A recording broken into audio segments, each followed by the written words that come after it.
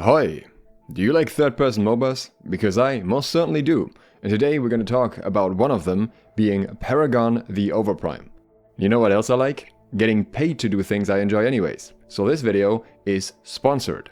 Paragon the Overprime is free-to-play and labels itself as a third-person shooter action MOBA, though realistically the game also has a ton of melee characters, so if you're not a shooter fan, that's not really an issue.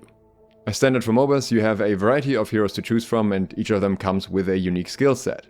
You play in a team of 5 with the traditional layout of a solo lane, mid lane, duo lane, and a jungler. Let's talk a little bit about how the game came to be, because it actually has quite an interesting background that I only recently learned about. As some of you will probably know, in 2018, Epic Games shut down Paragon due to the massive success of Fortnite. At the time, as a gesture of goodwill, they also released all the assets from Paragon for any other company that would like to work on anything Paragon related. One of the games that came from that was a solo project by the Korean developer Rocketmania, who created a game called Overthrow. This was a passion project that was primarily meant to bolster his portfolio, and that worked out.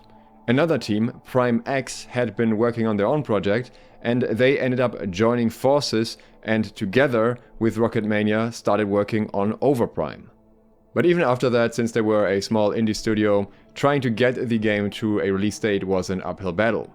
That was until Netmarble decided to financially back the project, and that brings us to the place that we're now, with the game also having the permission to use the Paragon name, therefore being Paragon the Overprime. My friends and I have been playing the early access version, which will be released on December 8th, and the full release is set to happen in 2023. So far I would say things definitely look promising, because most of my friends and I got hooked way more on the game than we planned when we just wanted to play it for a little bit. Some of them are pretty much exclusively playing it right now. I want to talk about 5 things that stood out to me positively about the game, and then talk a bit more about my experience in general. The first thing, and pretty much the elephant in the room because you're looking at the game right now, are the graphics and the performance. The game looks very, very nice. I really like the visual style, and I also like that it's more towards the bright aesthetic, and the game runs incredibly smooth. My PC is notorious for getting hiccups on games that even run smooth on other people's PCs, but not with this game. My setup is far from the newest, it must be 4 or 5 years old at this point, but I can absolutely max out all the settings in this game and have smooth gameplay. My friends with better PCs can even run it stable at more than 200 FPS, which is pretty crazy honestly, for how visually intense the game is at the same time. A major factor in this is probably that the game is built on Unreal 4. My second point, and probably the most important one when it comes to MOBAs, is the combat. I really enjoy especially the time to kill in this game.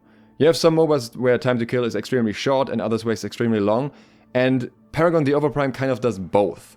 You have some characters that are extremely bursty but also extremely high risk and are able to nearly one-shot certain other characters if the conditions are met to do so. On the other hand, you also have characters that can get incredibly tanky, that can shield themselves very often, so especially the solo laners are extremely beefy late game and you will most certainly not one-shot them. So the fights can literally range from you using a single ability rotation to kill someone if you're sufficiently geared and they are very squishy, or you having to use around 4 ability rotations against targets that are extremely tanky. In terms of complexity, you basically get to pick and choose. Some of the characters have very simplistic, straightforward kits, and all of their abilities are easy to hit or sometimes even only get activated if you're already aiming at an enemy player, whereas other characters primarily have skill shots and most of their attacks and abilities need to be landed precisely. Supports can fulfill a variety of different roles. Some of them are generally just beefy, some are focused on CC primarily, and some provide a lot of utility for the team. Not all of them are necessarily frontliners, some provide utility from the backline. This makes for an interesting change of pace in terms of combat, depending on what type of support on the enemy team you're dealing with. Similarly, while only a handful of characters are actually labeled as junglers, many characters are capable of jungling with the jungle item. So there are even tanks that can effectively jungle, further having an impact on how the fights actually play out. The third thing that I really like is that Paragon the Overprime rewards aggressive plays. Yes, you can sit in lane and farm all game, that's possible. You can focus on last hitting, which is by the way pretty easy in this game because if creeps drop under a certain health threshold, they will be one-shot by any type of attack, no matter how low your damage is. But where's the fun in that? Instead, you can also be chasing kills.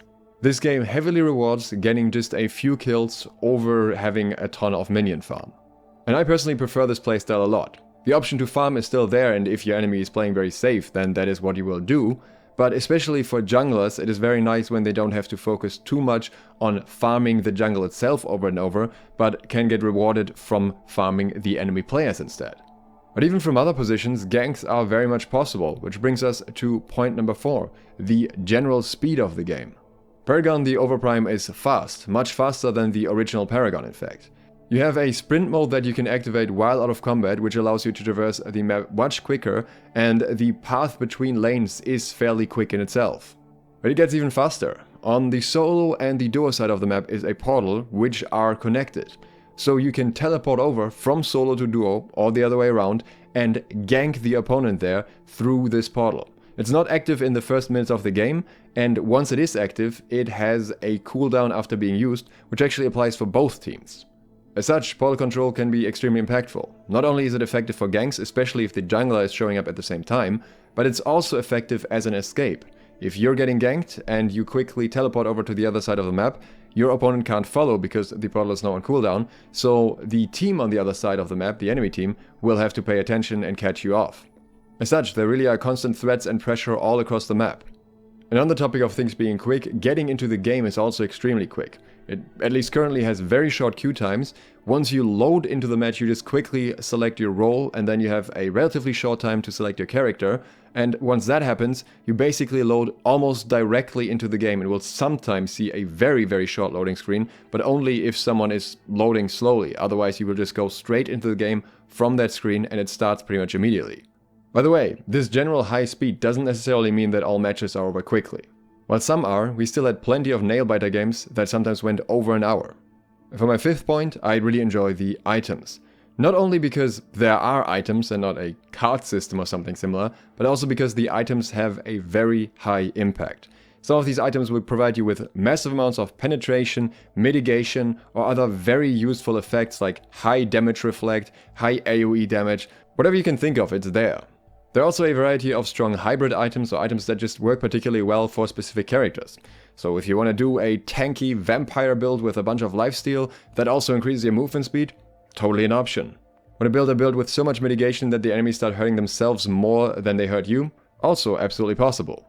Or maybe you want to build a build with a ton of active item effects that buff your team and debuff the enemy players. That is possible too. So there really are a ton of options to try around and theory craft with, and that is exactly up my alley. As some little bonus points, I also enjoy how much the devs have improved the game since an earlier version that I played. It feels so much smoother and so much more polished now.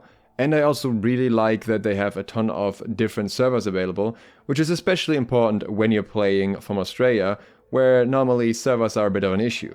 The Southeast Asian servers are absolutely close enough for good ping, and also guarantee that we'll have a more stable player population down here. Generally speaking, Paragon the Overprime brings a lot of interesting elements from different MOBAs together, and I'm looking forward to see where it goes in the future, but so far I'm absolutely enjoying it and I definitely recommend trying it out. The game is in free-to-play early access from the 8th of December on both Steam and Epic Games Launcher. You can find the link in the description if you want to check it out for yourself. Thanks for watching, Dukesloth, out.